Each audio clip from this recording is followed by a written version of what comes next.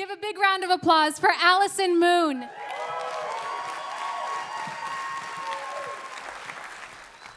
"12 years ago, I was a dyke. And I don't just mean a lesbian, although I was that too. I was a velvet blazer wearing, DIY haircutting, PBR drinking, parliament smoking, West Hollywood dyke.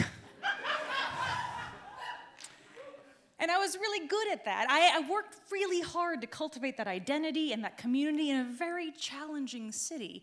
I was, in fact, so good at it that I could go weeks without encountering a straight person.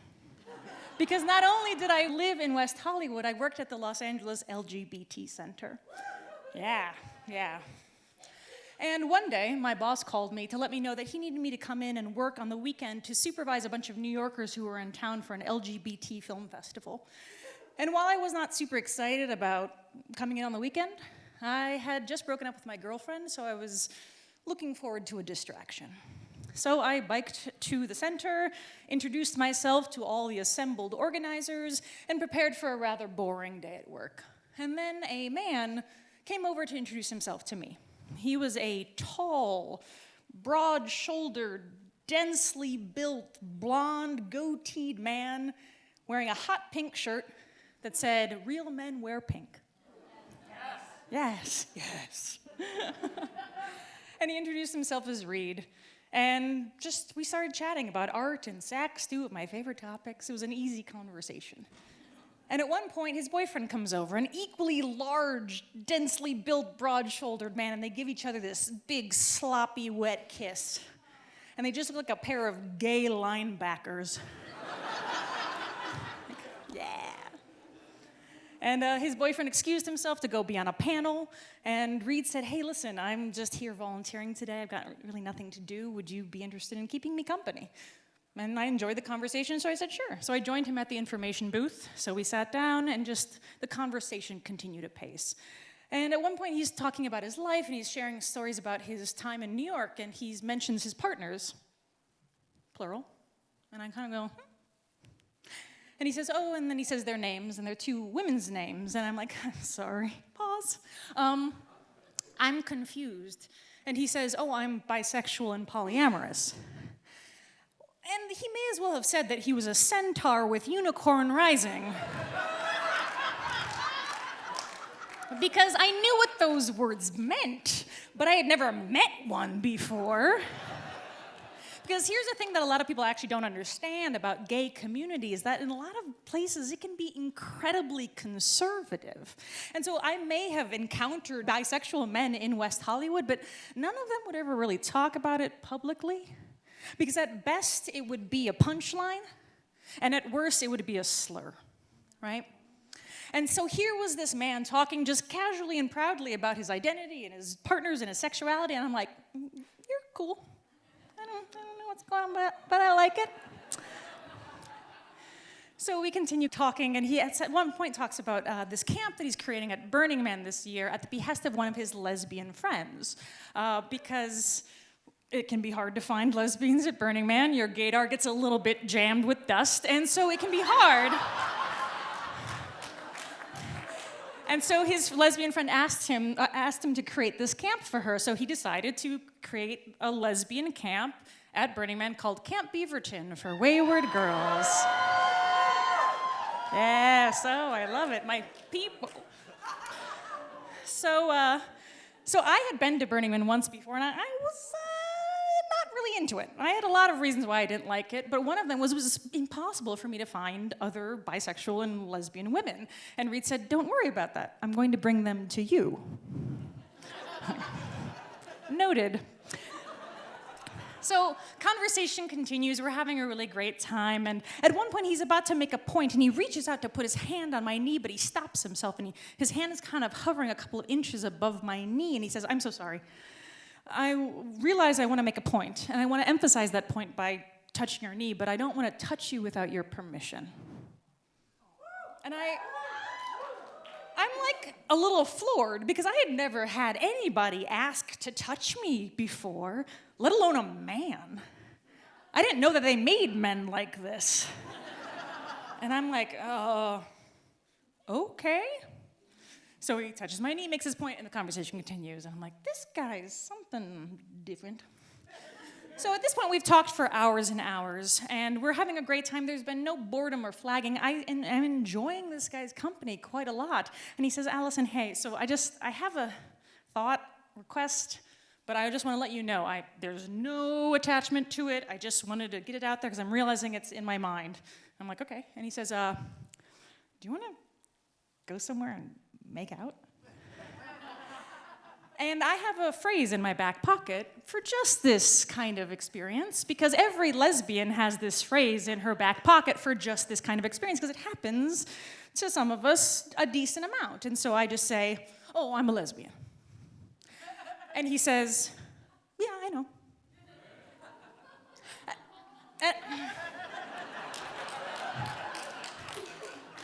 See, because that usually works.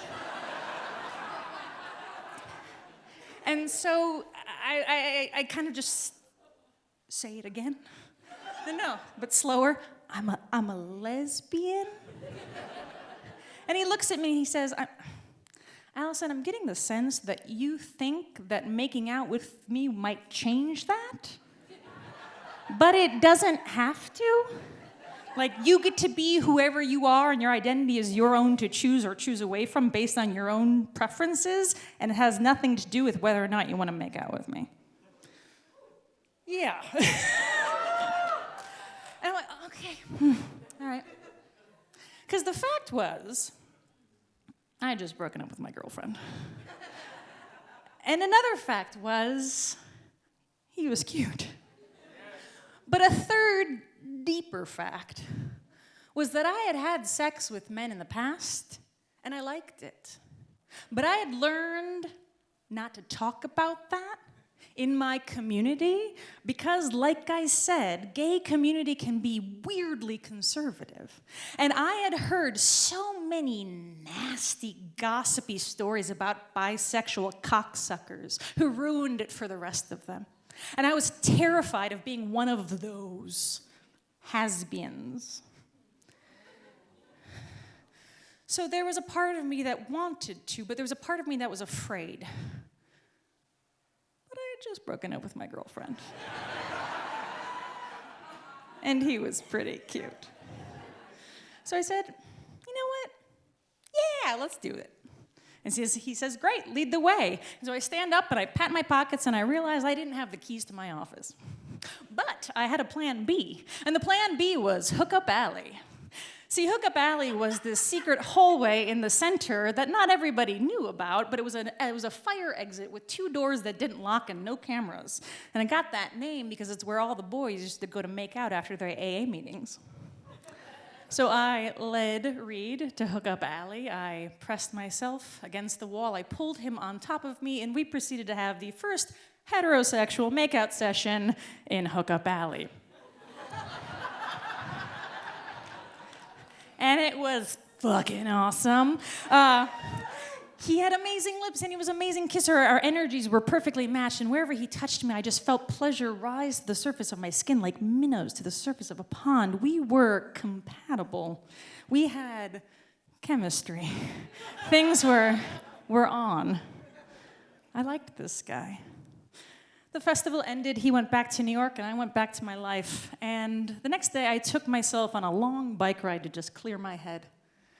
And on the halfway onto my destination, I stopped at this beach shack that I really liked. And I had a burger and a beer, and I just needed to, think.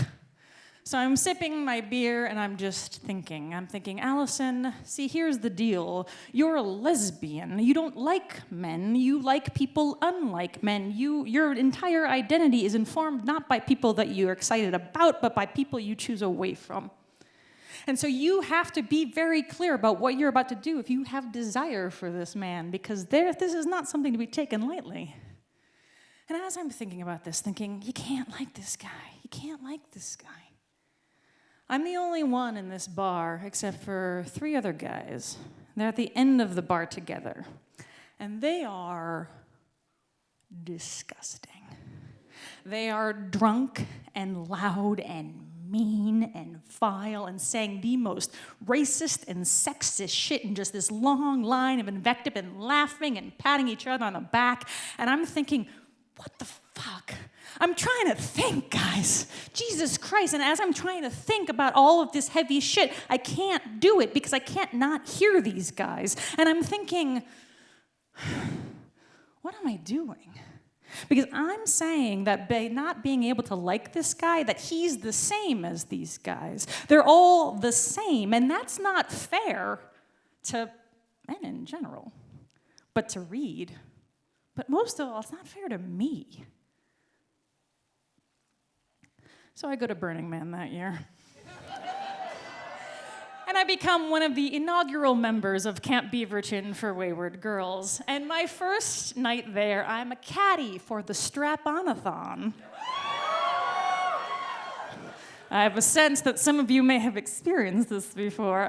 So yes, the Strap-On-a-thon is the the women's only sex party on the playa. It's the very first one on, so I'm caddying. So I'm like passing out lube, and I'm dusting off dildos, and I'm, helping girls flirt with other girls when they're really scared to do it.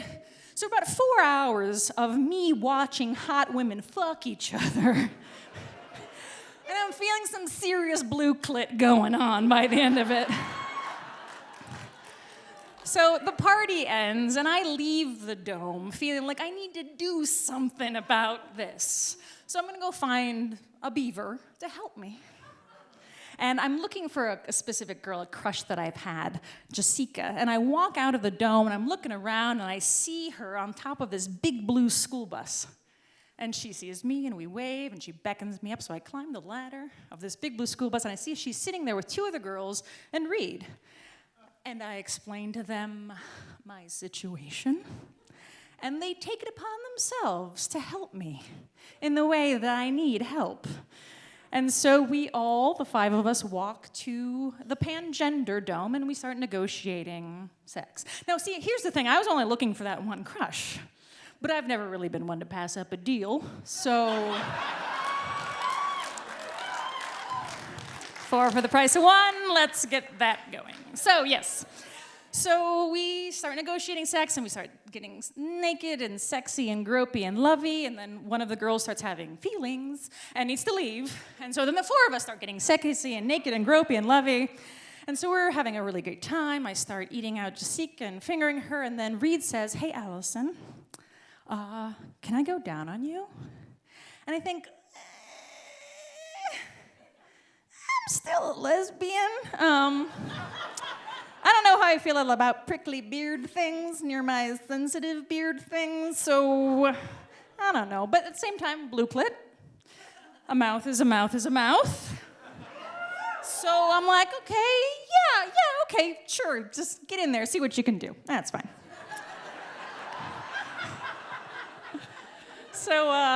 So I'm fingering Jessica and eating her out, and then Reid starts eating me out from behind, and I'm like, okay, yeah, hey, you eat pussy like a lesbian. All right, so that's good. So he's eating me out from behind, everything's great, it's fun. Things progress, things continue, things happen. And then Reid says, "Hey, Allison, I have a request." And I think, you know what? This was me being hubristic, thinking that, no, a man can have sex with 3 other women without wanting his dick to be the center of attention. Of course. But now here we are, faced with this fact. No, he needs to, have his penis be the center of attention for a second. I'm like, oh, God damn it.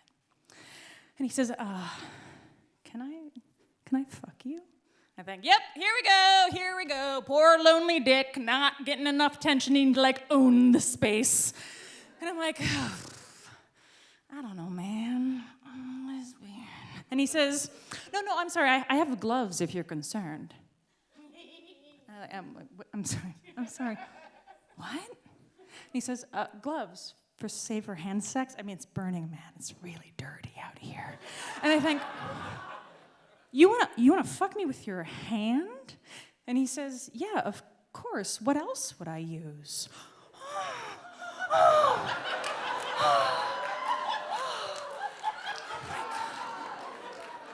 I think, okay, just for that, yeah, Yeah, get in there. So puts on a glove, lubes it up, starts finger fucking me, and yeah, it's really good. It's really good. So we're having a great time. Everybody's having a great time. Things are happening. Okay, it's great. So then things move on a little bit further, and then Reid says, "Hey, Allison, so I have another request. I'm feeling really connected to you. I think you're really, really hot. I'm just wondering, like," and I'm like, here it comes, lonely dick, needing to, like, put himself somewhere. And he says, have you ever fucked a man with a strap on before?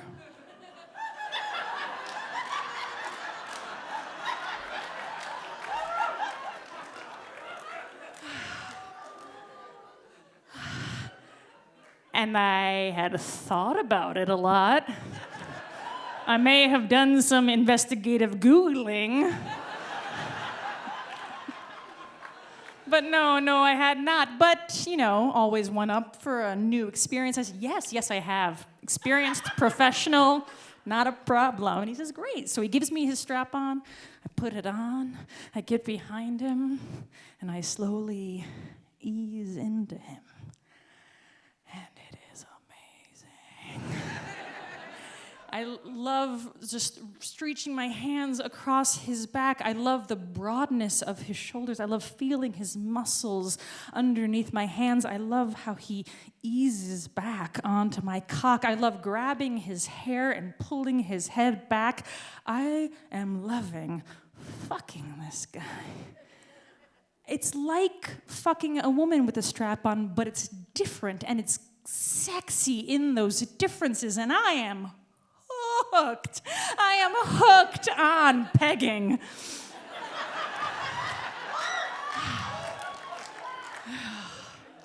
You know. And I'm thinking, as I'm fucking this man, I'm like, I'm fucking him like a dyke, and he fucked me like a dyke, and I just had the best lesbian sex at the lesbian camp with the one dude. What the fuck? So, I go back to LA, he goes back to New York, and we just start sending each other filthy, gorgeous love letters. But the things that we remember doing to each other, the things we can't wait to do to each other in the future, it is exciting, it is wonderful. And he says, I want to see you again. And I say, I want to see you again. He says, can I come to LA? And I think, oh. Because it's one thing to have feelings for somebody privately. But it's a completely different thing to have those feelings in front of people. And I don't know how to do that. I've heard so many horror stories about women who've lost their entire identities and communities because they fell in love with a dude. And I didn't want to trade my community, my friends, my people, my space for a guy. That just felt like such a shit deal. But I also know how hard it is to find love in this world. And I would be a fool to just send it away because it didn't come in the package I was expecting. So, yeah. So I said, yeah, come to LA. So he came. And the first night, we had planned on just doing it all at once. We were going to introduce him to my community by going to Jumbo's Clown Room, the best strip club in Los Angeles, which I know in Portland feels kind of ridiculous to say, but it was pretty great compared to other LA strip clubs. So it's all my dykes. We're going to go en masse. We're going to have a great time. And I'm getting ready in the bathroom, getting dressed. And I'm thinking, I don't know. He says he likes dykes. He actually likes our aesthetic, and he likes who we are. But when I had dated men in the past, they had always wanted to change me. They always wanted me to grow my hair out or wear frillier underwear or dress more feminine or be the girlfriend of their fantasies. And I couldn't do that, and I refused to do that. And so with this guy, I almost didn't believe him when he said he liked me for who I was. And so I kind of needed to put him to the test. And so I decided, you know what? I'm gonna dress in drag. So I put on my butchest outfit, I bind my tits, I put on some stubble, and I even pack my strap on underneath my jeans. And I walk out of the bathroom, ready to go, and he looks at me, and I know that look. And he says, "You look gorgeous." And we go to Jumbo's clown room. And he meets all of my friends, and for the most part, they're pretty okay with it. I don't have to choose one or the other. I get to keep my community and this new thing we've got going. I don't have to say no to any of it. And I feel so grateful in that moment. And a bunch of my friends and Reid and I, we all get up to the stage and we sit down and we have a cocktail and we just start throwing money at the beautiful ladies, and it's wonderful. And at one point I noticed that Reid is paying way more attention to the bulge in my pants than he is to the naked ladies writhing on stage. And he and I meet eyes, and we're like, oh, it's on. So we excuse ourselves, and we head back to my apartment, and I can't even get the key in the front door before Reid has dropped to his knees, pulled my cock out of my jeans, and it just starts blowing me. And we open the door, stumble inside the apartment. I pull him up to his feet. I reach into his jeans, pull out his cock, and we just start jerking each other off like two teenage boys in prep school. Just, rah! And then we grab our dicks together in just one big burrito of hot cock and just start fucking going for it. And then I bend him over my bed and I fuck him and I give him a reach around as I'm fucking him, and then he bends me over my bed and then he fucks me as he gives me a reach around while he's fucking me. And we proceed to have the queerest sex I'd ever had in my life for like a week.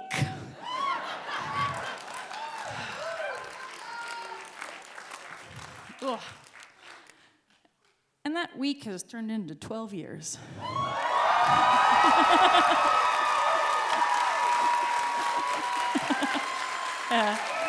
Yeah.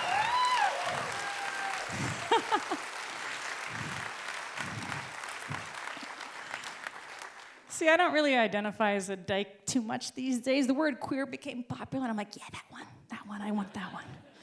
But the dyke identity is still very much a part of me, and I don't ever want to let that part go. And what's the best part of where I'm at right now is that I still am, in some ways, a dyke, and I feel like the luckiest dyke in the world. Thank you.